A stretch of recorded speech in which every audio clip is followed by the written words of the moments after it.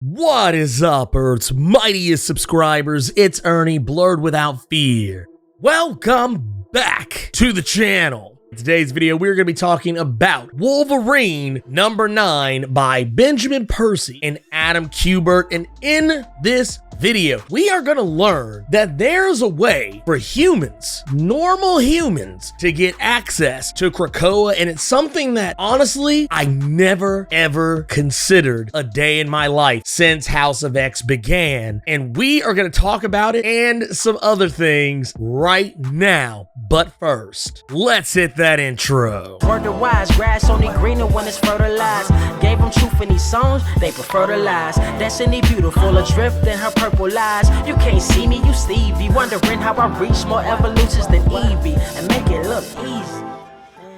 Wolverine #9 is a comic that really delves into the history and the past of Wolverine and his time on Team X with characters like Maverick and Sabretooth. Well, we learned in the previous issue, which I did not cover Wolverine #8 for reasons, but what you kind of need to know going into this one is that Wolverine got wind of some shady goings on the island of Madripoor, which for those of you who don't know, it's one of those islands that just basically has a whole lot of shady shenanigans going on. Wolverine has a deep history with that island. Of course, many of us remember the patch persona that he sometimes uses. He is going to have to delve back into that persona because someone has been going after some government interest. And though it would seem like this wouldn't be something that would be of interest to Krakoa, it is because a mutant is involved in this, and that mutant has ties to Team X. And of course, when it comes to Team X, we already know that Victor Creed is not the culprit here because he is, as Sage points out in Wolverine #8, he is accounted for. But the character who is not accounted for is none other than Agent Zero, aka Maverick. Maverick has been working with some shady organizations. We see this in Beast's logbook when he talks about the Mercs. He talks about this group that has been working for shady organizations, one in particular being Xeno, who we've seen a lot of. We know the man with the peacock tattoo that comes up a lot, who is yet to be named in any way, shape, form, or fashion beyond being the peacock tattoo guy. But Maverick has been working with these guys, and this led Wolverine on a merry chase, going after one of the guys, Trevor Crosby, who Wolverine had encountered in a previous issue of X-Force #5. Wolverine tracks this guy down, and Crosby gives up something about the Legacy House, which is a place that is auctioning off items, superhero-related items, but also mutant-related items to the highest bidder. But before he can give up too much more information, he's killed. And this is what has led Wolverine to travel to Madripoor and resume his patch persona. Beast and Sage are going to outfit him with his classic white suit and his black bow tie, and also going to outfit him with a black budget from Krakoa and send him into the Lion's Den so that he can get information.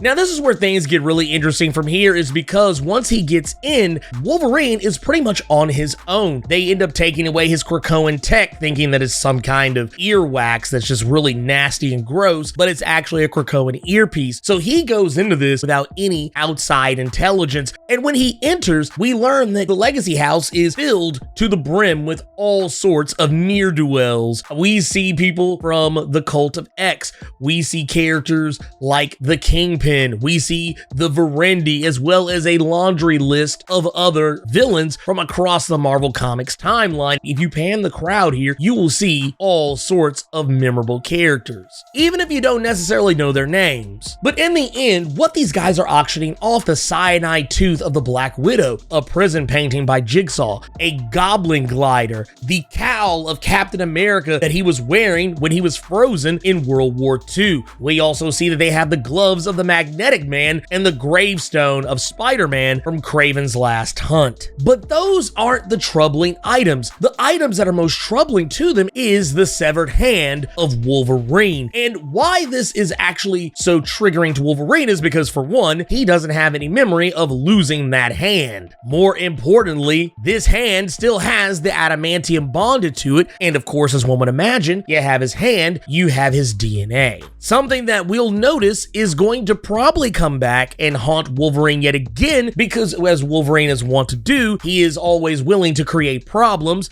albeit involuntarily, for the X-Men down the road when he crushes a glass with his bare hands. Not only is he pegged by one of the people in the crowd who is wearing a pair of glasses that essentially let them know that this guy is Wolverine, which honestly, I don't know how anyone doesn't know this is Wolverine. I know he does wear a mask more often than not, but Wolverine used to walk around with no mask on at almost all times, and somehow no one in this room recognizes who he actually is. Kingpin doesn't even recognize that this is actually Wolverine. However, when Kingpin gives him a handkerchief to wipe the blood off his hands, Wolverine does so and then drops it on the ground. But immediately after that, we see that the peacock tattooed leader of Xeno picks up that handkerchief with Wolverine's blood, essentially his DNA. And the reason why I'm talking about this is because not only do they have a body part of Wolverine in their possession, they also have the character Maverick in their possession,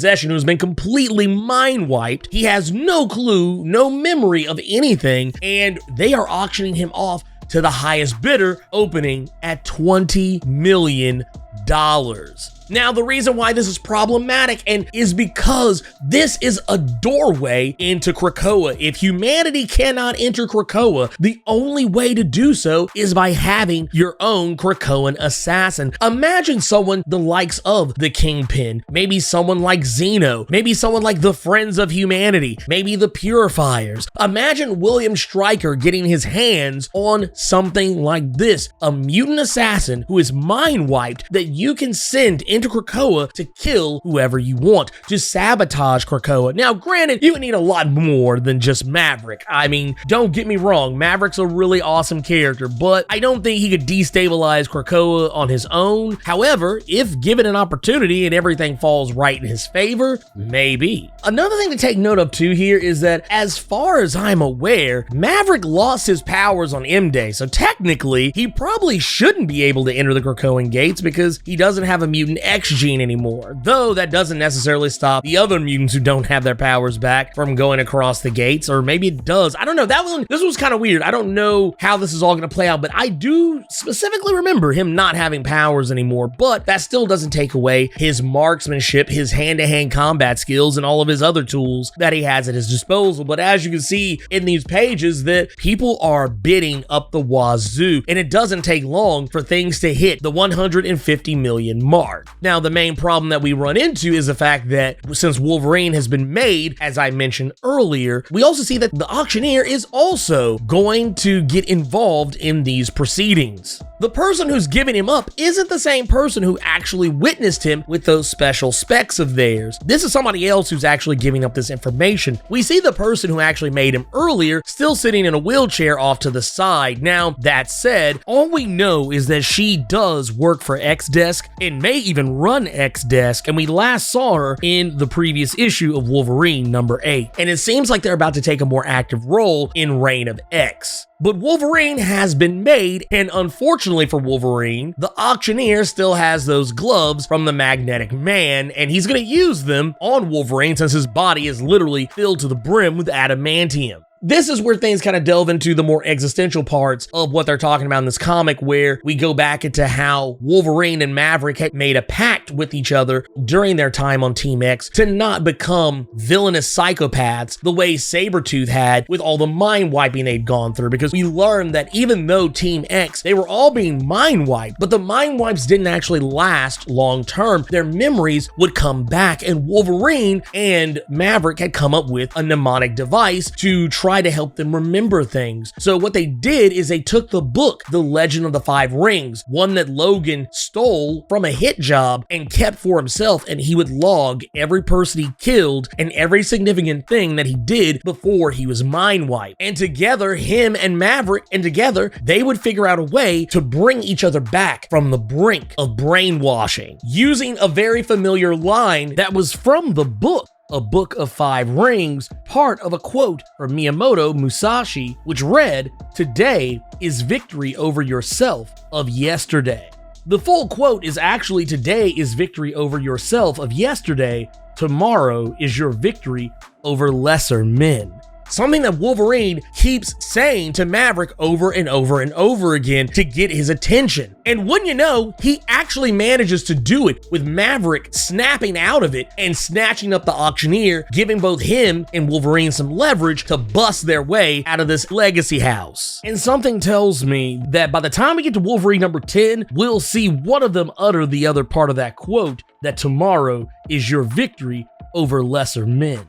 This comic, I gotta admit, honestly, it's probably one of the best issues I think I've read of Wolverine in quite some time. Not just in the Benjamin Percy run, because he's actually done some really good issues of Wolverine, but I just think it's so awesome that to actually think about the idea of someone actually using a merc, a mutant merc, a mind-wiped one at that, and using them to infiltrate Krakoa. Man, that is something that really has not been talked about really in any regards. I mean, yeah, what if you could have a mutant sleeper cell that could infiltrate Krakoa at any time? I know, yeah, you got telepaths all over the place, but in many of these cases, the telepaths have had issues with even figuring out what's going on in Wolverine's head from time to time. So just imagine if they messed around with one of these mercs, a person from Team X like Maverick. Heck, if they could actually get their hands on Sabretooth for that matter. Imagine if they could do something like that. We've already seen Omega Red being used by the Vampire Nation to infiltrate Krakoa, but man, Wolverine has left DNA all over the place. He's lost an arm, he has lost blood, and people are collecting it and they are saving it. And I guarantee you all of this stuff is going to come back to bite Krakoa on the ass. I'm telling you, it's happening. It's going to happen. It's probably already happening right this very second. Xeno has already proven themselves capable of creating their own genetic super soldiers using mutant DNA, and they've already done so in regards with the character Domino. Imagine what they could do with Wolverine.